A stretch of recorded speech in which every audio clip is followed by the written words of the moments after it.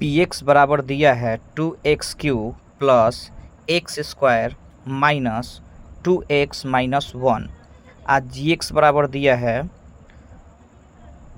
जी x बराबर x plus 1। तो इसमें से हम क्या करते हैं कि जो जी एक्स का मान दिया है यहाँ पे जी एक्स बराबर दिया है x प्लस 1, तो यहाँ से जो है x प्लस 1 दिख रहा है, यहाँ से पहले हम x का मान निकालेंगे और x का मान निकाल के हम फिर यहाँ पे सभी जहाँ जहाँ पे भी x है वहाँ पे x का मान रख देंगे। उसके बाद हमारा आंसर आ जाएगा। तो सबसे पहले हम देख रहे हैं कि हमारा जी एक्स जो बराबर दिया है जी एक्स बराबर दिया है x प्लस 1, यानी x प्लस 1 दिया है, बराबर में क्या होता है तो 0 होता है। तो यहाँ पे x हो गया और 1 यहाँ पे जो है 1 प्लस में है, इधर आएगा तो माइनस में आ जाएगा। इस प्रकार हमारा x का मान निकल गया। हमारा x का मान आ गया -1।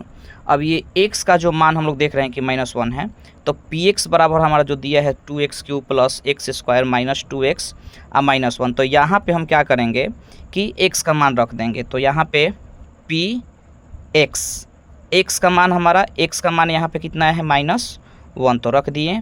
और यहाँ पे देखेंगे 2x³ है, तो 2x का मान कितना है तो -1, तो -1 का क्यू कर देंगे।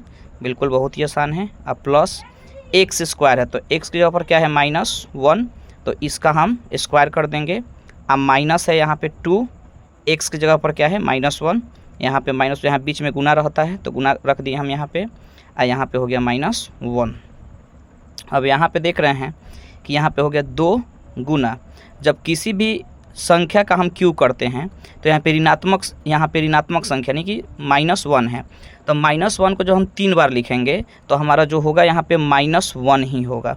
यानी कि जब हम -1 का क्यू करेंगे तो -1 होगा। लेकिन यहाँ पे प्लस है, आज जब हम -1 का स्क्वायर करते हैं तो माइनस माइनस प्लस हो जाएगा, तो यहाँ पे हमारा 1 हो जाएगा। लेकिन यहाँ पे क्यू है, तो क्यू यानी कि 3 बार माइनस, तो 2 बार माइनस तो प्लस हो गया, लेकिन 1 बार माइनस रह गया, इसलिए यहाँ पे माइनस हो जाता है। और यहाँ पे जैसे -1 है तो माइनस को -1 गुना -1 लिखेंगे तो माइनस माइनस प्लस हो जाएगा, इसलिए 1 जो हुआ यहाँ पे प्लस में हो गया।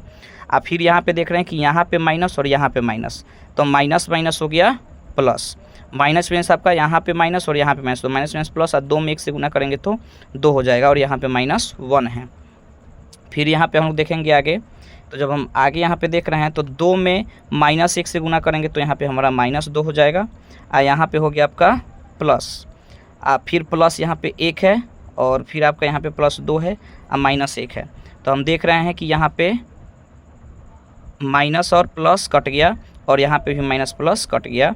यहाँ पे हमारा जो आंसर है आ गया 0।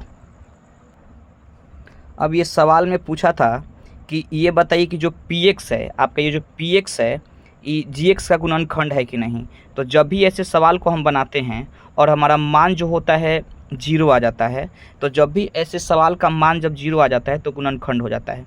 अगर यहाँ पे 0 ना आके 1 आ जाता है, 2 आ जाता है, तो ये गुणनखंड नहीं होता। बस इतना ध्यान रखिए। गुणनखंड को हम कैसे पहचानेंगे, तो जब भी हम किसी सवाल को, ऐसे सवाल को बनाएंगे जिसमें पूछेगा कि गुणनखंड है कि नहीं, तो यहाँ पे हम लिख सकते हैं कि अतः इसका मान 0 है, अतः इसका मान 0 है, इसलिए यह गुणनखंड है, गुणनखंड है। सिंपल सा बात है। अगर गुणनखंड पूछे तो मान 0 आ गया तो गुणनखंड है, अगर मान 0 नहीं आया तो गुणनखंड नहीं है। धन्यवाद।